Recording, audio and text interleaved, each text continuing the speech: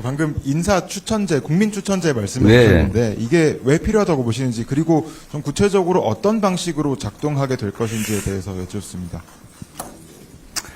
지금도 정부에 뭐 인재 데이터베이스인가가 있긴 있는데 제대로 관리가 안 되고 있더라고요.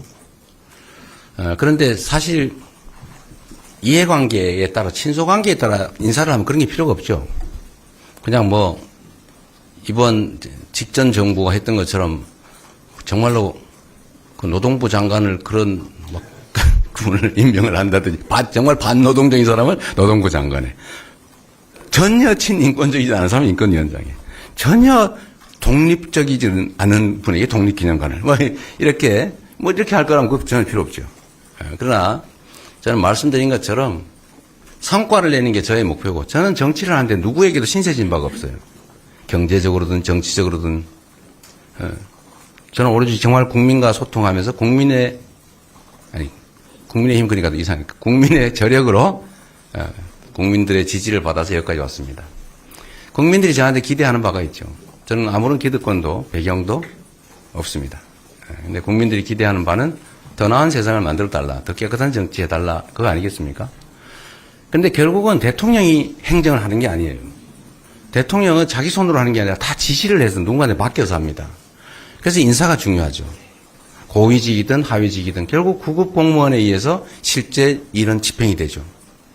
근데 이 공무원들에 의해서 국정이 이루어지는데 그 공무원들이 바른 생각으로 국민을 위해서 유능하게 성실하게 하면 국민들에게 칭찬받고 더 성과를 내겠죠. 그런데 무능하거나 무책임하거나 아니면 반국민적 시각을 가지고 있거나 이런 사람들 시켜놓으면 망치겠죠.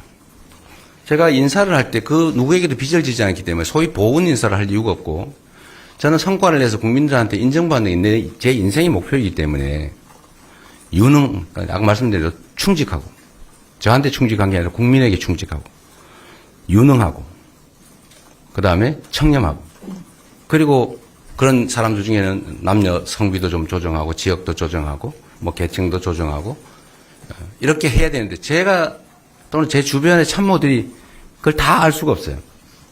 근데 저는 경험상으로 언제나 그 생각을 하죠. 국민의 집단 지성이 정말로 유용하다고 생각합니다.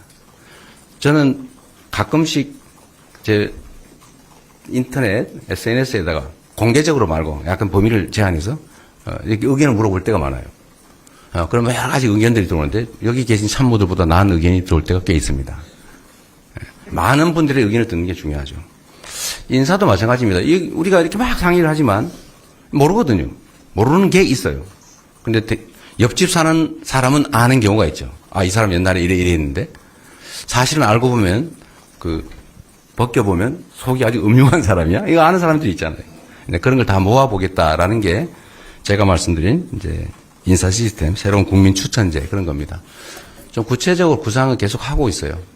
그래서 각 보직을 정해놓고 여기에 대해 추천 다 받고 제보는 익명으로 다 보안 유지하면서 제보를 받고 그걸 누군가 담당해서 다 스크린 체크하고 물론 이제 공적인 검증기관의 검증도 맡기겠지만 국민 검증이 사실 더 정확하거든요. 공공기관들도 결국 국민들의 제보를 받아서 정보를 캐서하는 거 아닙니까?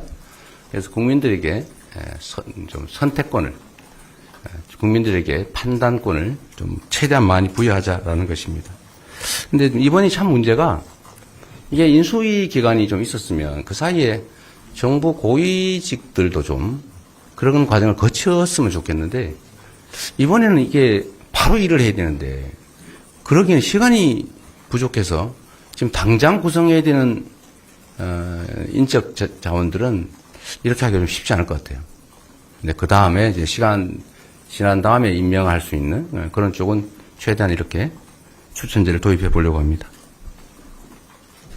다 끝나가는 것 같습니다. 퇴장하시면서 기자분들하고 또 인사도 좀 해주셔야 되는데. 네.